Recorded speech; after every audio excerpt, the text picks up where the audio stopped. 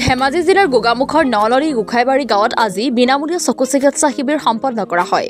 প্ৰচেষ্টা ফাউণ্ডেশ্যন সংস্থাৰ উদ্যোগত গোখাইবাৰী ভাই ভাই যুৱ সংঘৰ সহযোগত আৰু বিশিষ্ট সমাজকৰ্মী গণেশ ভৰালীৰ পৃষ্ঠপোষকতাত ২ নং গোখাইবাৰীৰ প্ৰাথমিক বিদ্যালয়ত দিনজোৰাকৈ অনুষ্ঠিত হোৱা বিনামূলীয়া চকু চিকিৎসা শিবিৰত শতাধিক লোকে চকু পৰীক্ষা কৰাৰ লগতে প্ৰয়োজনীয় ঔষধ আৰু চশমা প্ৰদান কৰা হয়।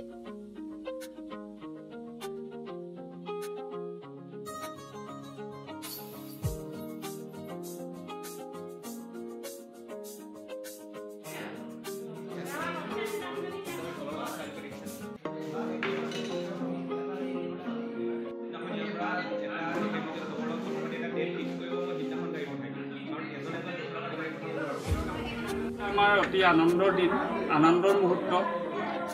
যিহেতুকে ধেমাজি জিলাৰ বৰলী উন্নয়ন খণ্ডৰ অন্তৰ্গত ভেবেলী গাঁও পঞ্চায়তৰ এই গোখাইবাৰী ৱাৰ্ডটো সকলো দিশৰ পৰা সৰ্বনিম্ন একেবাৰে অনুন্নত গাঁও হিচাপে চিহ্নিত হৈ আছে। এই গাঁওখনত আমাৰ এটা একেবাৰে চালুকীয়া অনুষ্ঠান ভাই ভাই যুৱ সংঘ হিচাপে আমি সংগঠিত কৰি গাঁৱৰ যুৱকসকলক সংগঠিত কৰি ঐক্যবদ্ধভাৱে যিকোনো ৰাজহুৱা উন্নয়নমূলক কাম কাজত আমি সক্ৰিয়ভাৱে ভূমিকা গ্ৰহণ কৰি আগবাঢ়ি গৈ আছোঁ। যাই কি নহওক এই আজিৰ অনুষ্ঠানটো যিটো এদিনীয়া চকু চিকিৎসা শিবিৰৰ আয়োজন, এই আয়োজনটো আমি বহুত দিনৰ পৰা যত্ন কৰি আছিলোঁ, কিন্তু কৰিব পৰা নাছিলোঁ। এইবাৰ আমি সুবিধা পালোঁ।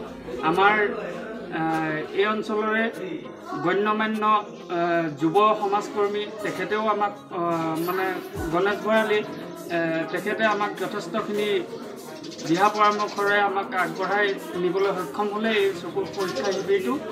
আৰু তেখেতক এইখিনি মুহূৰ্তত আমি আমাৰ যুৱ সংঘৰ তৰফৰ পৰা ধন্যবাদ জনাইছোঁ। আৰু লগতে আমি প্ৰচেষ্টা ফাউণ্ডেশ্যন অৰ্গেনাইজেশ্যনকো আমি এই আমাৰ তৰফৰ পৰা, আমাৰ যুৱ সংঘৰ তৰফৰ পৰা ধন্যবাদ আৰু কৃতজ্ঞতা জ্ঞাপন কৰিছোঁ। যিহেতুকে তেওঁলোকে আমাৰ এই অঞ্চলৰ আটাইতকৈ পিছপৰা গাঁওখনলৈ আহি তেওঁলোকৰ বহুমূলীয়া সময় খৰচ কৰি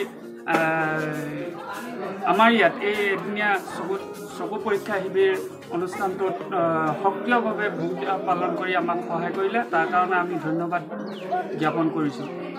নমস্কাৰ। ভাই ভাই যুৱ সংঘৰ প্ৰচেষ্টাত লগতে প্ৰচেষ্টা ফাউণ্ডেশ্যন এণ্ড ৱেলফেয়াৰ অৰ্গেনাইজেশ্যনৰ চকু পৰীক্ষা এদিনীয়া কাৰ্যসূচী যি আজি আয়োজন কৰা হৈছিলে, এই আয়োজন অনুষ্ঠানত সঁচাকৈ আমি শলাগ ল'ব লাগিব।